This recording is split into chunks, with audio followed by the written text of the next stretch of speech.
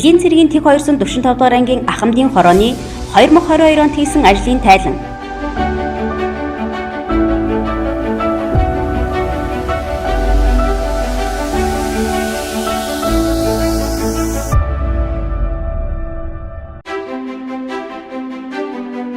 Ахмадын хорооны 2022 оны гүйцэтгэлийн төлөвлөгөөг ангийн зарагчаар батлуулан нийт 36 ажил төлөвлөснөөс биелсэн 35, биелээгүй 1, төлөвлөгөөний биелэлт 97.2%-тай хэрэгжүүлээд байна.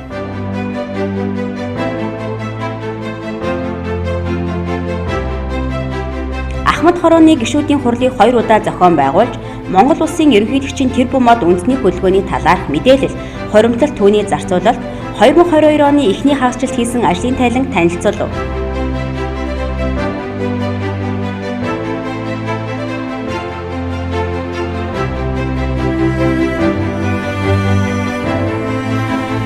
Сар шөнийн баярыг тохиолдуулан Ахмадын хорооны дарга тэргүүлэгчид Ахмадын хорооны гишүүдээс 70 насны ой тохиолсон 3 ахмад хэлчин, 60 насны ой тохиолсон 5 ахмад хэлчинд Ахмадын хорооны дотоод журмын 9-5 заасны дагуу хүндэтгэл үзүүлв.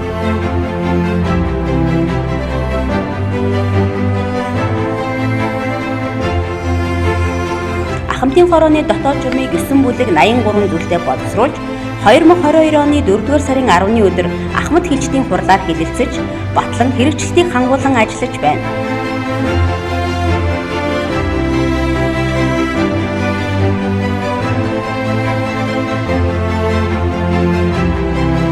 Ахмадын хорооны тэргүүлэгчдийн хурлыг 4 удаа зохион байгуулж, 9 асуудлыг хэлсэн шийдвэрлэж, үр дүнг тухай бүрт нь Ахмад хэлчдэд хүргэсэн. Ахмад хэлчдийг аргын системд хуваарлан тэргүүлэгчдээр ахлуулан мэдээллийг тухай бүртэнд хүргэн ажиллаж байна.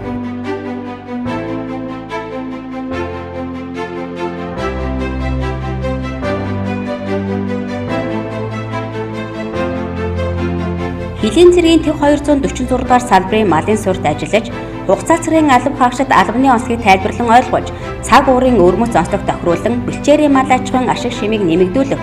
Монгол улс даяар дарахад байгаа мал амьтны гоц халдварт шүлхийн өвчнөөс урьдчилан сэргийлэх, малын өвчин түүнийг эмчлэх, ардын уламжлалт эмчилгээний аргуудын талаар мэдээлэл хийж, төл төмний өвс аянаар цугласан 400 мянган төгрөгийн эд материалыг малын суурийн бие бүрэлдэхүүнд хүлээлгэн өгсөн.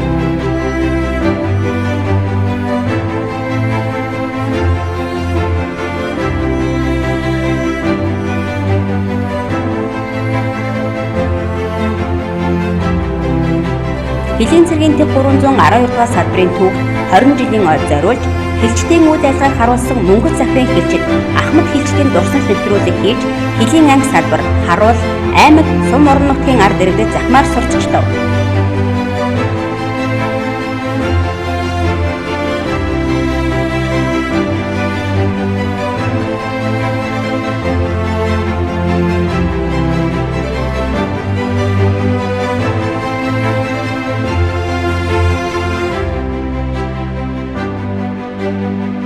Элийн цэргийн тэг 312 дугаар салбарт ажиллаж байсан үе үеийн Ахмад хэлчид салбарын түүхт 20 жилийн анх хэмжээнд оролцож, сая 200 мянган төгрөгийн бэлгийг салбарын бие бүрэлдэхүүнд хүлээлгэн өгсөн.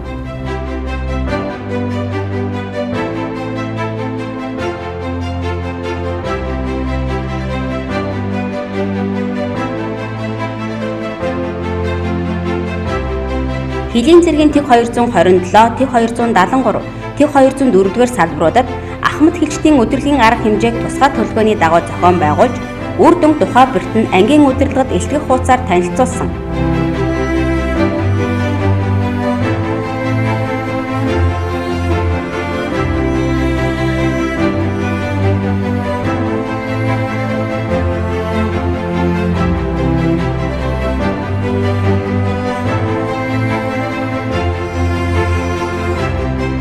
(2021 оны 2 дугаар ээлжээр хугацаа цэргийн албанд татагдан ирсэн Хөвсгөл аймгийн Иргэнчинтөм сувын харьяад ахлах байлдагч Бат сайхныг аав ээжтэй нь гинтийн байдлаар уулзуулж, үйл ажиллагааны талаарх видео контент хийж сурталчилсан.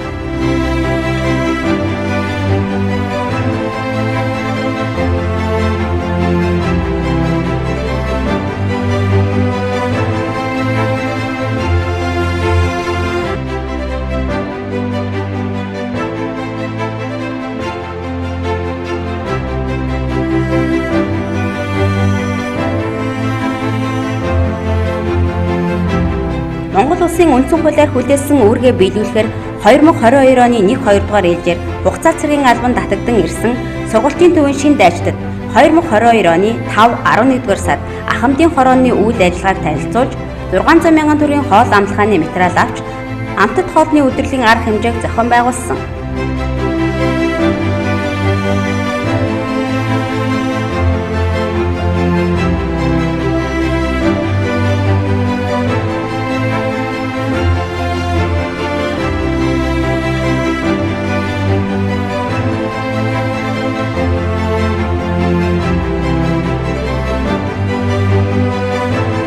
Хил хамгаалалт байгууллага Монгол цэргийн нэгдсэн холбоотой хамтран зохион байгуулсан мэрэгсэн ойжуулагчийн сургагч багш бэлтгэх сургалтанд ахмадын хорооны дарга хамрагдав. –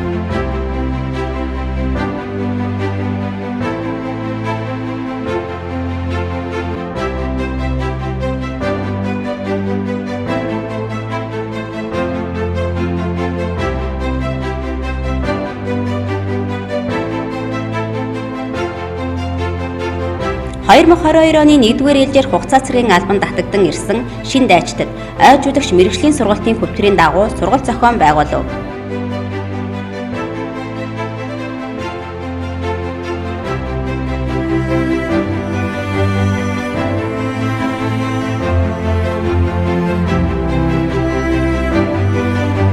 Хилийн цэргийн ТЭГ 227,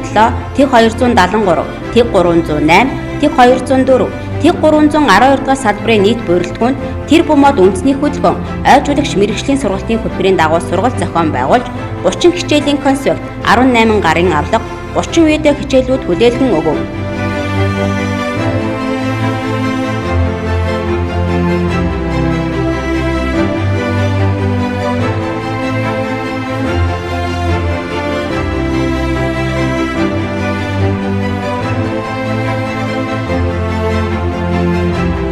Хилийн цэргийн ТЭГ 227, ТЭГ 273 дугаар салбаруудад тэр бумод үндэсний хөдөлгөөний хүрээнд салбар харуулын албан хаагчдад бургас мод тарих арга ажиллагааны талаар дадлаг сургалт явуулж салбаруудын хашаанд 20 ширхэг бургас мод тарих ажлыг зохион байгуулав.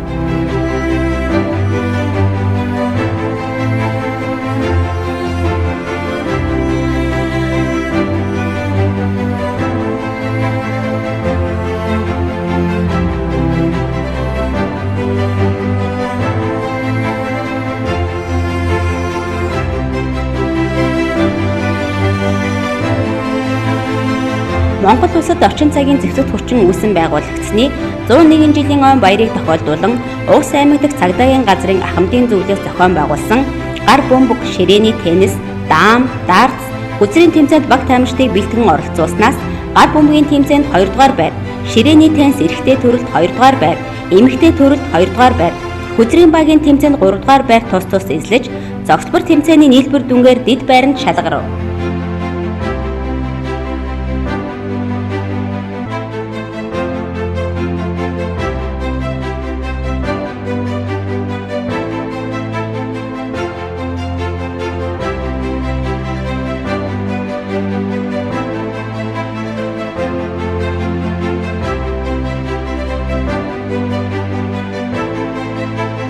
Аймгийн засаг даргын нэрэмжит цэрэг спортын дүл 2022 зогсбор тэмцээнээс шалгарсан сүлд багийн сурагчдтай аймгийн цэргийн штабтай хамтран Ахмад хэлчин бэлтгэлдэд хурандаа Батболд бэлтгэл ахлагч Батцүх нар уулзалт зохион байгуулав. Уулзалтаар хэлчдийн үйл ажиллагааг танилцуулж эх оронч хэлч үзэл төлөвшүүлэх Монгол улсын ерөнхийлөгч зэвсэгт хүчний ерөнхий командлагчийн ивэл дор зохион байгуулж буй Батлан хамгаалахын сайдын нэрэмжит цэрэг спортын дүл 2022 зогсбор тэмцээнд оролцоход амжилт хүсч заавар зөвлөгөө өгөв.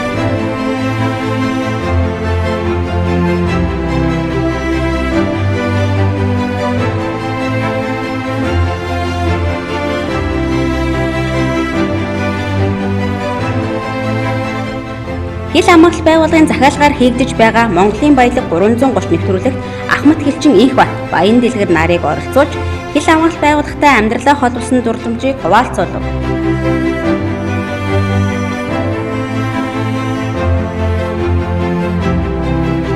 Ус аймгийн иргэдийн төлөөлөгчдийн хурлаас санаалсан зохион байгуулсан хүүхдийн оролцоо хөгжиж чуулга уулзалтанд оролцож байгаа нэг сургууль 10 клубын төлөөлөл Монгол улс анх дахь үндсэн хуулиа баталж бүгд найрамдах Монгол улс тунхагласны 98 жилийн ойн өдрийг тохиолдуулан Улаангомс сумын Политехник коллежийн 1-р курсын оюутнуудад Ахмадын хорооны дарга бэлтгэлдэт турандаа Бат Эрдэнэ, орлогч дарга бэлтгэлдэт турандаа Баяр Хуу, гишүүн бэлтгэл Ахмад Бүрэгжаа нар хил хамгаалалт байгууллага Хэлийн цэргийн төв 245 дугаар ангийн түүхэн замнал эх орон сэдвээр мэдээлэл хийв.